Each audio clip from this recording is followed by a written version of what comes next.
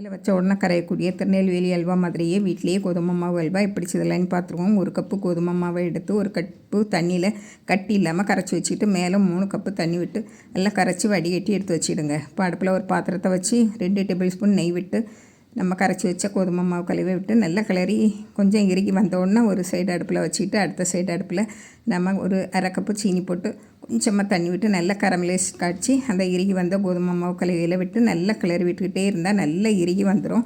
கொஞ்சம் நல்லா இறுகி வந்தோடனே 1/2 கப்பு சீனி, அதாவது 1 கப்பு கோதுமை மாவுக்கு 2 கப்பு சீனி, 1/2 கப்பு கரமலேஸுக்கு ஒரு 1/2 கப்பு இந்த சீனியும் போட்டு நல்லா கிளறி விட்டுக்கிட்டே மீதி இருக்கிற நெய்யில் கொஞ்சம் கொஞ்சமாக விட்டு நல்லா கிளறி விட்டுக்கிட்டே இருக்கணும். பாருங்கள், இப்போ நல்லா சுருண்டு வந்துட்டு இப்போது நம்ம சின்ன சின்ன துண்டுகளாக கட் பண்ணி வச்ச முந்திரி பருப்பையும் போட்டு ஏலக்காய் தூளையும் போட்டு நல்லா கிளறி விட்டுக்கிட்டே இருக்கணும். சட்டியில் ஒட்டாமல் வந்த உடனே இறக்கி ஒரு பாத்திரத்தில் மாற்றி சாப்பிட்டா சுவையான கோதுமை மாவு அல்வா ரெடி.